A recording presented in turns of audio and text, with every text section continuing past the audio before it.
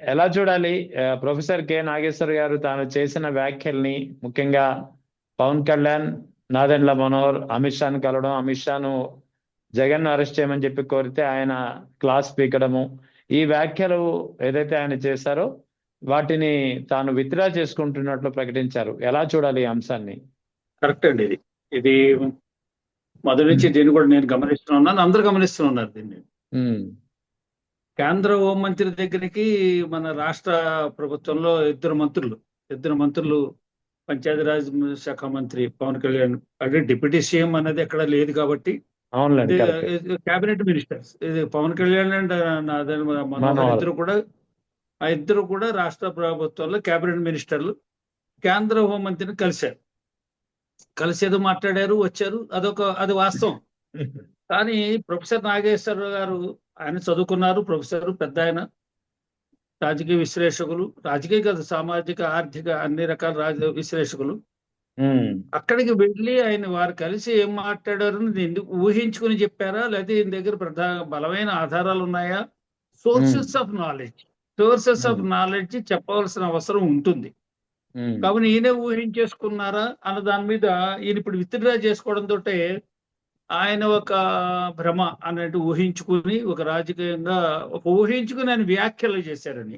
ఊహల ఉమ్. మీద వ్యాఖ్యలు అది ఇంకా దారుణంగా ఉంటుంది. వ్యూహాల మీద వ్యాఖ్యలు అనేది విశ్లేషణ సంబంధించి ఓకే. ఆయన విత్డ్రా చేసుకోవడంతో దానికి ఏ రకమైన ఆధారాలు, ఆ రకంగా ఆయన ఇద్దరు మంత్రులు రాష్ట్రం నుంచి, ఆంధ్రప్రదేశ్ రాష్ట్రం నుంచి కేంద్ర గృహ మంత్రిని అంటే హోమ్ మినిస్టర్ని కలవడంలో ఉద్దేశాలు, ఏ ఉద్దేశాలు ఉన్నాయి, ఏం మాట్లాడారు అన్నది ప్రొఫెసర్ నాగేశ్వర గారు దగ్గర బలమైనటువంటి సోర్సెస్ లేవు. నా sources of knowledge, first hand sources ఏమిటి? కథనాలు వేరు అండి. కథనాల మీద వ్యాఖ్యానిస్తారు, మనకు అలవాటు.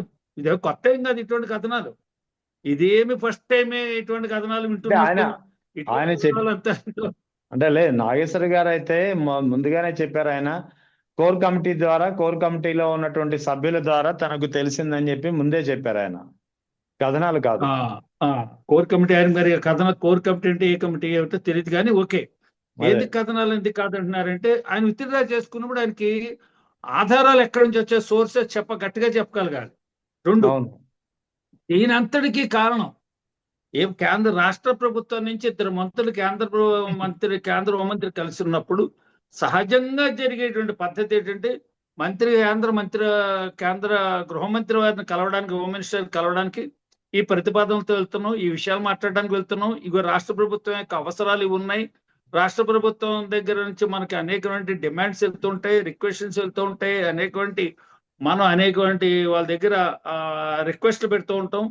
ప్రభుత్వం కేంద్రం దగ్గర రాష్ట్ర ప్రభుత్వాల ప్రయోజనాల కోసం, రాష్ట్ర ప్రయోజనాలను ఆశించి కొన్ని పెండింగ్ ఉన్నాయి స్కీములు, కొన్ని ప్రాజెక్టులు ఉన్నాయి, పెండింగ్ లో ఉన్నాయి, వాటిలన్నింటినీ మాట్లాడడానికి వెళ్తున్నాం అని ఎక్కడైనా స్పష్టం చేసి ఉండవలసింది. చేయలేదు. ఓన్లీ మాట్లాడేది వచ్చిన తర్వాత మేము మాట్లాడడం, బలాన్న దాని మీద హామీ ఇచ్చారు, బలాన్న దాని మీద తప్పనిసరిగా జరుగుతుందన్నారు. మేము రాష్ట్ర ప్రజల యొక్క సంక్షేమం కోసం, రాష్ట్ర ప్రజల ప్రయోజనాల కోసం, రాష్ట్రం యొక్క ప్రయోజనాల కోసం ఈ అంశాల మీద మాట్లాడడానికి వెళ్ళాం. వారికి ఇచ్చాము, ఒక విజ్ఞాపన పత్రం ఇచ్చాము, ఆ విజ్ఞాపన పత్రంలో ఇదే ఉంది అని ట్రాన్స్పరెంట్ గా, అంటే పారదర్శకతో వ్యవహరించి ఉంటే ఎవరు కూడా ఇటువంటి స్పెక్యులేటివ్ సొరండి ఊహించి, అంటే ప్రిజంప్షన్ డ్రా చేసి, లేకపోతే ఏదో కోర్ కమిటీ, లేకపోతే ఏదో కమిటీల ద్వారా లీకేజ్లు ఉంటాయి, ఎక్కడి నుంచి అక్కడ లీకేజ్లు ఉంటాయి, ఆ లీకేజ్కి ఆధారం ఏముంది మీ దగ్గర అని చెప్పేసి తిరగబడతారు. ఇప్పుడు తిరగబడితేనే కదా ఆయన విత్డ్రా చేసుకున్నారు. అవును. కాబట్టి లీకేజ్ ఎక్కడో కోర్ కమిటీలో లీకేజ్లు అన్నది జరిగిన తర్వాత మాట్లాడుతూ ఉంటారు. కాబట్టి ఇక్కడ మొట్టమొదటి ఇటువంటి స్పెక్యులేటివ్ ఆలోచనకి, స్పెక్యులేటివ్ న్యూస్ స్పెక్యులేటివ్ న్యూస్, ఆ న్యూస్, ఇటువంటి న్యూస్లు రాకుండా చేయాలంటే బాధ్యత గల మంత్రులు ఎప్పుడైతే కేంద్ర యూనియన్ మినిస్టర్ని కలవడానికి వెళ్తున్నారో, ప్రధానమైన హోంశాఖ మంత్రిని ఏ ఏ విషయాలు మాట్లాడడానికి వెళ్తున్నారు, ఏ ప్రతిపాదనలు చేయడానికి వెళ్తున్నారు, లేదా ఏ డిమాండ్స్ చేయడానికి వెళ్తున్నారు, ఏ ఇష్యూస్, పెండింగ్ ఇష్యూస్ ని పర్సూ చేసుకోవడానికి వెళ్తున్నారు, పరిష్కారం కోసం వెళ్తున్నారని స్పష్టంగా చెప్పేస్తున్నట్టయితే ఈ రకమైన పరిస్థితి దాపురించేది కాదు. లేదా కేంద్ర మంత్రి ఆయన అమిత్ షా గారిని కలిసి బయటకు వచ్చిన తర్వాత కూడా రాష్ట్ర ప్రయోజనాల దృష్ట్యా వెళ్ళాము. రాష్ట్రంలో పెండింగ్ ప్రాజెక్టులు కానీ, పెండింగ్ అయినటువంటి అనేకమైనటువంటి మన అభ్యర్థనలు ఉన్నాయి. రాష్ట్రానికి రావాల్సిన వాటాలు కానీ, రాష్ట్రానికి చెందవలసిన అనేక ప్రయోజనాలు కానీ, సంక్షేమ కార్యక్రమాలు, సంక్షేమ ప్రాజెక్టుల గురించి వీటి గురించి మాట్లాడి వెళ్ళాము. లేదా కేంద్రంతో ప్రధానమైంది గ్రామీణ వికాసం అనేది కేంద్రం ఇచ్చిన నిధులతో నడుస్తున్నాయి. ఆ గ్రామీణ వికాసం అనేది ఇప్పుడు పవన్ కళ్యాణ్ గారి యొక్క మంత్రిత్వ శాఖకు సంబంధించింది. దానికి సంబంధించి మాట్లాడడానికి వెళ్ళామని అని చెప్పాలి. ఏదో ఒకటి చెప్పకపోతే ఇలాగ ఉంటే పరిస్థితులు అలా చెప్పు ఉండాలి. ఆ చెప్పక్కర్లేదు అంటే రహస్యం ఉండదు. ప్రజాస్వామ్య వ్యవస్థల్లో రహస్యాలు ఉండకూడదు. ఎవరెవరిని ఎందుకు కలిశారు అనేది వాళ్ళు వ్యక్తిగతంగా కలిశారు ఎవరు అడగరు, ఎవరికి చెప్పకూడదు. మేబీ డెమోక్రసీలో సీక్రెట్స్ ఉండకపోవచ్చు కానీ ఇక్కడ జర్నలిజంలో సోర్స్ అనేది సాధారణంగా సోర్స్ ని ప్రొటెక్ట్ చేసే పరిస్థితి ఎప్పుడు ఉంటది. అయ్యో శోధన ఉంది కదా, శోధన అంటారు దీన్ని. శోధన అయినా మీరు అనేది అంతే సార్, అంతే. ఇన్వెస్టిగేటివ్ జర్నలిజం దానికి కావాల్సిన ఇమ్యూనిటీ దానికి ఇచ్చే ప్రయత్నం ఎప్పుడు జర్నలిస్ట్ అనేవాడు చేస్తారు. చేయాలి. అయ్యో అలా లేకపోతే ఎలాగ అనేక విషయాలు రాబట్టాను. మీ ప్రశ్నలు వేయడంలోనే శోధన. మీరు ప్రశ్నలు సంధించడం శోధన. ఏ ప్రయోజనాల కోసం కలిశారు మీరు కేంద్ర మంత్రిని కలిశారు కదా, ఏమి అక్కడ ప్రస్తావించారు? మీరే ఉద్దేశం? రాజకీయ ఉద్దేశాల కోసం వెళ్ళారా? రాజకీయ ప్రయోజనాలా? మీ పార్టీ ప్రయోజనాలా? ఎన్డీఏలో ఏమైనా ఇచ్చిపుచ్చుకోవడాలా? ఇంకా ఏమేమి డిమాండ్ చేశారు? ఖచ్చితంగా అడుగుతారు. ఖచ్చితంగా అడిగిన సందర్భంలో వాళ్ళు సమాధానం చెప్పడం బట్టి మీరు ఎక్కువ రాబడతారు. లేదా మీరు వేసే ప్రశ్నలకు సరిగ్గా సమాధానం చెప్పకపోతే దాట వేసేసారని కూడా చెప్తారు. మీరు సరిగ్గా చెప్పట్లేదు మాకు సమాధానం అని. కాబట్టి ఇదే దాంట్లో ఏ తప్పు లేదు. దీంట్లో రాజకీయ ఎందుకు చెప్పలేదు, తప్పు లేదో చెప్తానండి. నేను చెప్తా. ఒక అడ్వకేట్ గా నేను ప్రజాక్షేత్రంలో ఉంటాను కదండి. ప్రజాక్షేత్రంలో అందరూ కలుస్తూ ఉంటారు. అన్ని పార్టీల వాళ్ళు కలుస్తూ ఉంటారు. తెలుగుదేశం వాళ్ళు కలుస్తారు, జనసేన వాళ్ళు కలుస్తారు, బీజేపీ వాళ్ళు కలుస్తారు, కాంగ్రెస్ వాళ్ళు కూడా కలుస్తుంటారు, వైసీపీ లీడర్లు కూడా కలుస్తారు. మరి నన్ను కూడా ప్రశ్నించారే, చాలా సార్లు వేస్తారే, ఇంకెన్నాళ్ళండి అని ఎందుకు అరెస్ట్ చేయరు జగన్మోహన్ రెడ్డిని? అన్ని నెలలు 18 మాసాల లోపల ఉన్నాడు. ఈ కేసులు ఇంకా ఎంతకాలం తేలుస్తారు? మీకు అది కేంద్ర ప్రభుత్వానికి మోడీ గారికిను వైసీపీకి మంచి సంబంధాలు ఉన్నట్టున్నాయి, స్నేహాలు ఉన్నట్టున్నాయి, ఆయన అరెస్ట్ చేయరా, ఆయన మీద చర్యలు తీసుకోరా అని అడుగుతారు. ప్రతి సామాన్యుడు కూడా అడుగుతూ ఉంటారు. కాస్త ఇలాగ నేను అనలిస్ట్ గా మీకు మీ టీవీలో మాట్లాడుతూ ఉంటారు, కానీ మరి గురుతరమైన బాధ్యత అనుకుంటారేమిటో నన్ను కూడా ప్రశ్నిస్తారు. ఏమిటంటే దీని మీద మీరు వ్యాఖ్యానించారు ఏమిటి అని అడుగుతారు. అరెస్ట్ చేయమని కూడా, అరెస్ట్ చెయ్యాలి, చేయకపోవడంలో ఏమిటి ఉద్దేశం అని అడుగుతుంటారు. వాళ్ళ ఉద్దేశాలు అని. అరెస్ట్ చేయడానికి అంటే టెక్నికల్ ఆన్సర్ ఇస్తాను నేను. టెక్నికల్ కేసులు పెండింగ్ ఎక్కడున్నాయి? కోర్టులో ఉన్నాయి, విచారణలు ఉన్నాయి, కేసులు విచారణలు ఉన్నాయి. ఇంకా దర్యాప్తులో పెండింగ్ ఉంటే దర్యాప్తు సంస్థల్ని మనం ఇన్ఫ్లుయెన్స్ చేయకూడదు, ప్రభుత్వాలు ఇన్ఫ్లుయెన్స్ చేయకూడదు, దర్యాప్తు సంస్థలు పార్టీలు ఇన్ఫ్లుయెన్స్ చేయకూడదు, రాజకీయ నాయకులు ఇన్ఫ్లుయెన్స్ చేయకూడదు. కాబట్టి దర్యాప్తులో ఉన్నప్పుడు లేదా విచారణలో ఉన్నప్పుడు అవి ఎట్టి పరిస్థితుల్లో వాటి మీద కేంద్ర మంత్రివర్గ మంత్రులు కానీ, ప్రధానమంత్రి కానీ, ఏ మంత్రి కూడా దాని మీద మాట్లాడలేరు. 2G స్పెక్ట్రమ్ కోసం సుప్రీంకోర్టులో విచారణకు వస్తున్న సందర్భంలో కౌంటర్ అఫిడవిట్ ఫైల్ చేయాలి. ఎవరు? సిబిఐ వాళ్ళు.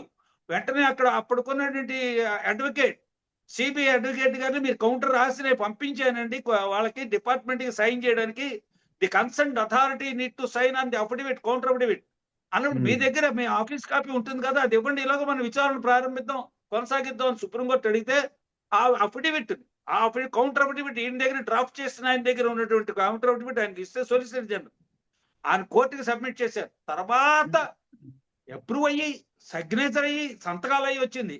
అప్పుడు UPA 2 అధికారంలో ఉంది. అప్పుడు అధికారం వేసినప్పుడు కౌంటర్ అఫిడవిట్ వేస్తే కోర్టు స్క్రూటినీ చేసింది. Copy submitted by the advocate, copy the counter affidavit signed by the concerned authority. సరిపట్ల పొంతం లేదు, మారిపోయింది, చేంజ్ అయిపోయి, అన్ని మారిపోయి, పేరాలు మారిపోయి, మొత్తం మారిపోయి. ఇదేమిటి ఇంత డిఫరెన్స్ ఉంది అని అడిగారు జడ్జి గారు. అమ్మ నాకు తెలియదు, పట్టుకెళ్ళి ఇచ్చాను, వాళ్ళు సంతకం పెట్టారు, తీసుకొచ్చి ఇచ్చాను. అదే అంతకన్నా ఇంక మీరు ఏం వెరిఫై చేయరా? నేనేం చేయలేనండి అన్నాడు. అంటే CBI is not independent entity, independent organisation కాదా అని అడిగితే, no we are not independent, we are working under minister of home affairs అని అడిగితే మనం కామెంట్ చేశారు. మనందరం గుర్తుపెట్టుకోవాలి. So you are not independent, you are parrot in case అన్నారు. గుర్తుంది కదండి మీకు? గుర్తుంది. కాబట్టి మన ప్రజలందరూ కూడా అన్ని నమ్మడానికి సిద్ధంగా లేరు కూడా ఇవాళ పరిణామాలు అన్ని చూస్తూ. కాబట్టి ఇవాళ కేంద్ర హోంమంత్రి గారిని కలిసిన విషయం ఏమిటి? ఎన్ని సందర్భంలో కలిశారు? ప్రభుత్వం తరఫున కలిశారా, వ్యక్తిగతంగా కలిశారా, మీ పార్టీ తరఫున కలిశారా, పార్టీ వ్యవహారాలు మాట్లాడుకున్నారా, ప్రభుత్వ వ్యవహారాలు మాట్లాడారా, రాష్ట్ర ప్రజల యొక్క అభ్యున్నతి సంక్షేమం కోసమా, రాష్ట్ర ప్రయోజనాల కోసమా? ఇదంతా స్పెక్యులేషన్ వదిలేకుండా వాళ్ళు అన్ని అంత వ్యాక్యూమ్ ఇవ్వకుండా ఉండుంటే బాగుండేది. సరే, కానీ కరెక్టే, స్పెక్యులేట్ చేస్తారు. ఏదో ఆధారం ఉంటుంది, ఆధారం రాకుండా కాదు. ఎందుకంటే నన్నే అడుగుతూ ఉంటారు నన్ను కదా, నన్ను అడిగిన పార్టీ శ్రేణులు ఉండవు, పార్టీ నాయకులు ఎవరు అడగరు నన్ను. నేను కేంద్ర ప్రభుత్వం తరఫున ప్రతినిధి కూడా కాదు, ఏ రకంగానూ కాదు. కేంద్రం తరఫున మాట్లాడేటువంటి అర్హత ఏ కోసాన లేదు నాకు. కానీ ఒక విశ్లేషకుడిగా ఎందుకు అరెస్ట్ చేయరు, ఎందుకు అరెస్ట్ చేయట్లేదు, ఏమిటి అర్థం, వాళ్ళ మధ్యన ఏమైనా చక్కటి అండర్స్టాండింగ్ ఉందా, ఇన్సైడర్ ట్రేడింగ్ లాగా ఇన్సైడ్ అండర్స్టాండింగ్ ఏమైనా ఉందా వాళ్ళ మధ్యన అని అంటూ ఉంటారు. ఇది కూడా స్పెక్యులేషనే.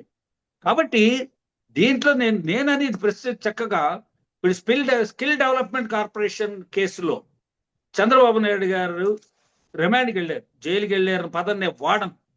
జైలుకి వెళ్ళారని పదం ఎవరైనా వాడితే అజ్ఞానులు, మూర్ఖులు.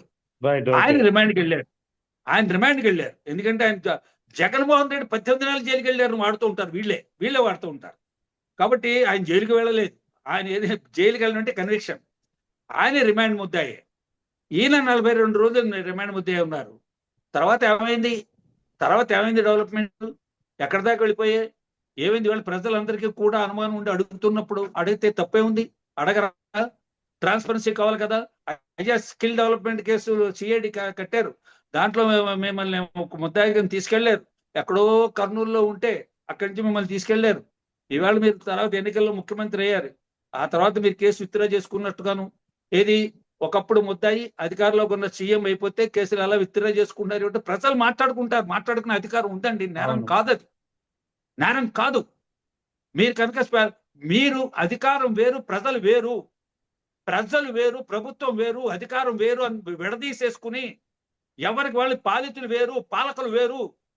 నో, రూల్ చేసేది ఒకళ్ళు, రూల్డ్ ఒకళ్ళు కాదు. ప్రజలే పాలకులు. అసలు ప్రజల వద్దకు పాలన, దాన్ని నేను వ్యతిరేకం పదానికి. ప్రజల వద్దకు పాలనేటి? ప్రజలే పాలకులైనప్పుడు. అంచేత ఈ ప్రజల పాలకులైనప్పుడు వాళ్ళకి ప్రతిదీ ట్రాన్స్పరెంట్ గా అన్ని విషయాలు తెలియాలి. మీకు ఓపెన్ చేసి ఉంచాలి. రైట్ టు ఇన్ఫర్మేషన్ యాక్ట్ ఒకటి తయారు చేసుకున్నాం, సాధించుకున్నాం. సమాచార హక్కు తెచ్చుకున్నాం. ఎక్కడుంది సమాచార హక్కు?